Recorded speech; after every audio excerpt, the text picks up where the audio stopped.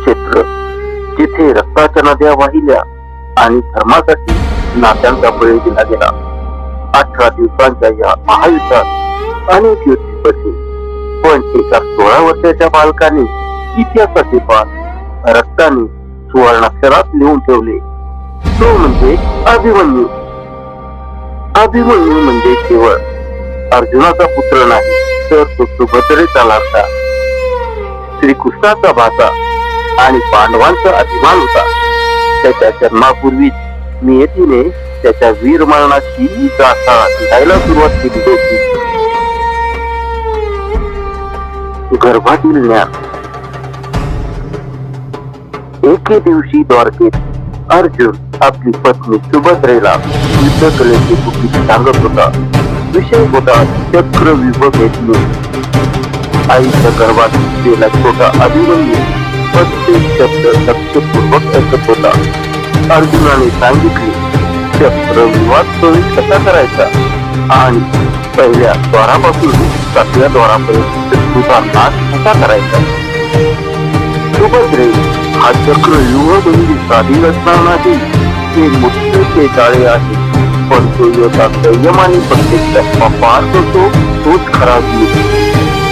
अर्जुनाने 6 दारे कशी फोडायची ते सांगितले. 7व्या दाराचे रहस्य सांगण्यापूर्वी सुभद्रेला चोट लागली. अर्जुनाने सांगणे थांबवले आणि एक घात झाला. त्या गर्भातील बाळाला प्रवेश माहित होता, पण बाहेर पडण्याचा रस्ता कायमचा बंद झाला. तिचा हा पहिला डाव होता. रणांगणाचे आवाहन. युद्धाचा 13वा दिवस उजाडला. कौरवांचे सेनापती द्रोणाचार्य यांनी चक्रव्यूह रचला. अर्जुन दूर काळजी लढायला गेला होता.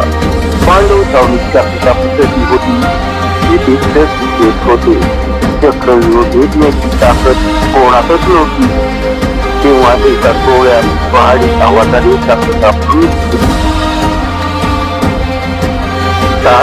चिंता करू नका, हा अभिमन्यू जीवन असेपर्यंत पांडवांचा अपमान होऊ देणार नाही. मला चक्रव्यूहात सुद्धा येते, मी तो खेळून दाखवेन. युधिष्ठिराने अडवले. भीम कडाडला, पण अभिमन्यूच्या डोळ्यात आग वेगळी होती. रणांगणावर तेव्हा हा 16 वर्षाचा तरुण रथावर स्वार होऊन निघाला. तेव्हा सूर्याचे तेज पडले होते. त्याच्या रथाच्या चाकांच्या आवाजात कौरवाच्या काळजाचा टोका दिसला. चक्रव्यूहाचा खरा. अभिमन्यूने पहिल्या दारावर घात घेतला. द्रोणाचार्य शब्द झाले, हा मुलगा की आपल्या काळ एकामागून 6 दारे. सूर्यदम घाबरला, कर्ण आवाज झाला. अभिमन्यूच्या बाणाने दुशासनाचा पुत्र पुरोचल याचा अंत केला. एक इच्छा होता, पण 7 महारथींना भारी पडत होता. तर मग खेळ पसरला.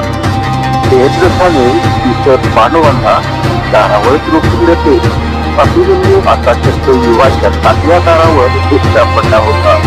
समोर होते 7 महारथी, दोन कृपाचार्य, कर्ण, अश्वत्थामा, शल्य, शकुनी आणि सूर्यधन. युद्धाचे नियम धाब्यावर बसवले गेले.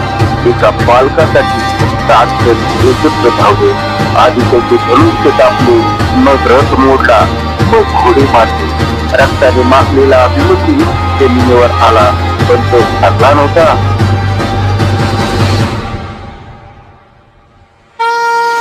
हातात शस्त्र नाही तरी तो वीर योद्धा डगमगला नाही. त्याने रथाचे तुटलेले चाक उचलले आणि सुदर्शन चक्रासारखे फिरवत तो शत्रूवर तुटून पडला. या अधर्मी लोकांनो, या एका निशस्त्र बालकाला मारायची तुमची 7 जणांची वटीरमूठ लागली, यातच माझा विजय आहे. शेवटी तरीच्या प्रहाराने अभिमन्यूची प्राण देत मारत तो पडला, पण पडतानाही त्यांनी कौरवांच्या अहंकाराची. संध्याकाळी जेव्हा अर्जुन परतला, तेव्हा संपूर्ण कुरुक्षेत्र रडत होते. अभिमन्यू म्हणजे केवळ एक मृत्यू नाही, तर तो अन्यायाविरुद्ध लढण्याची धग आहे. जोपर्यंत सूर्य चंद्र राहतील तोपर्यंत या बालवीराचे नाव आदराने घेतले जाईल. तो शिकवून गेला की विजय मिळवण्यासाठी जिवंत राहणे गरजेचे नसते, तर शेवटपर्यंत न वागता लढणे गरजेचे असते. वीर अभिमन्यू अमर रहे, अमर रहे.